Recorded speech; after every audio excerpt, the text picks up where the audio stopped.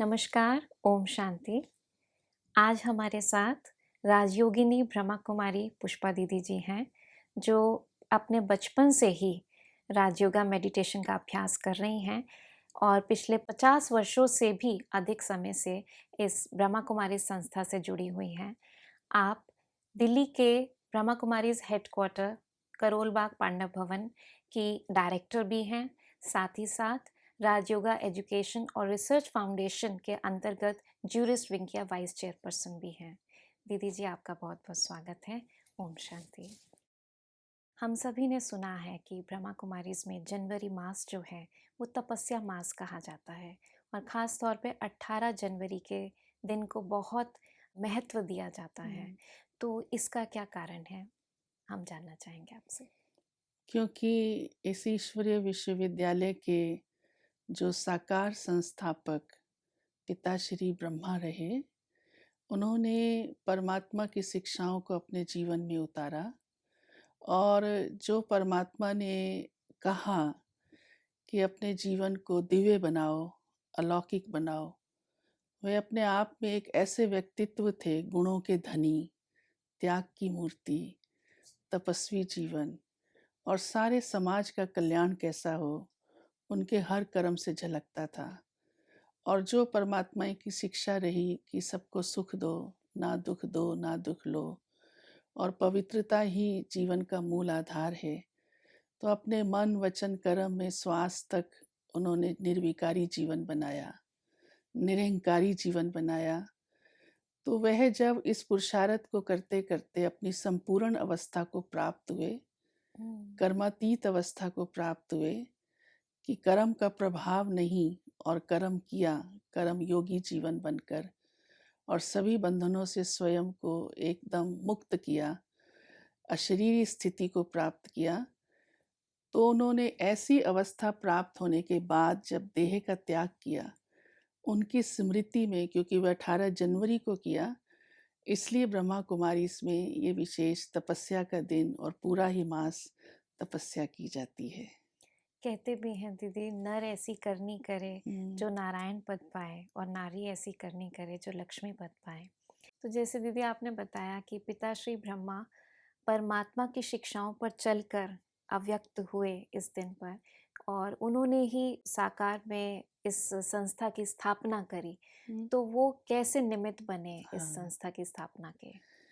यह बात 1937 की है।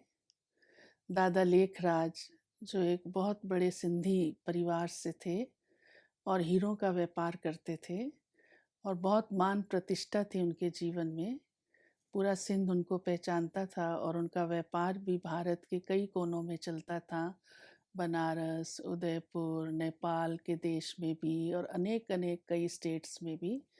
और वह संस्कारों के बहुत धनी और बहुत रॉयल थे और भक्ति भाव वाले थे और रोज़ इतनी भक्ति करते थे, कोई दिन नहीं था जो गीता ना पढ़ते हो, और तीर्थ यात्राएं आदि करते थे और सत्संग भी चलाते थे घर में।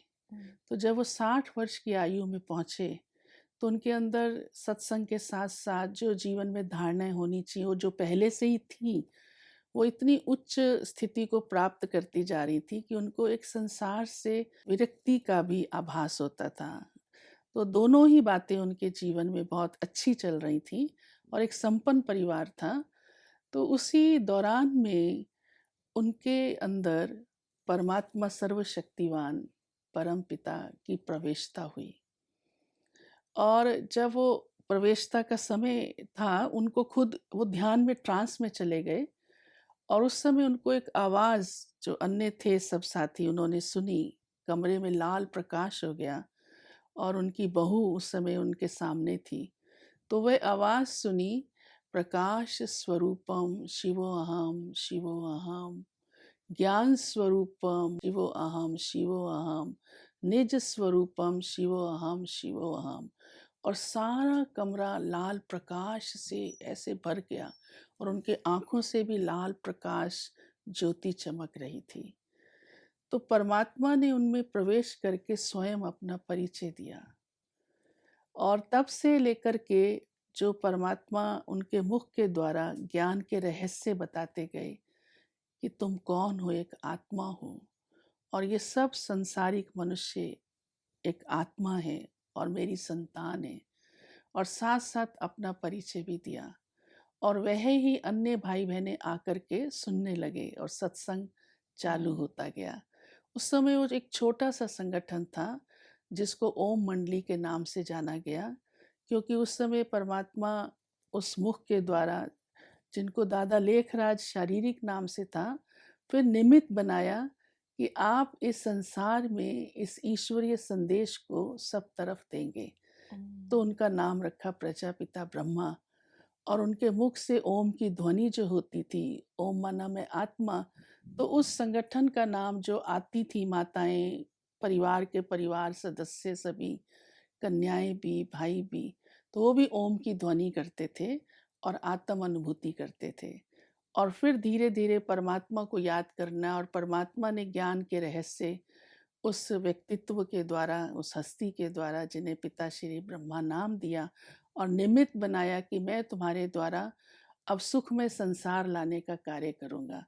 तो दादा लेखराज ने स्वयं को समर्पित किया और अपना बिजनेस समेट दिया और ये ईश्वरीय कार्य करना शुरू कर दिया, और तब से ही इस ईश्वरीय विश्वविद्यालय की आरंभ और एक स्थापना शुरू हुई, और इसका नाम ईश्वरीय विश्वविद्यालय रखा गया।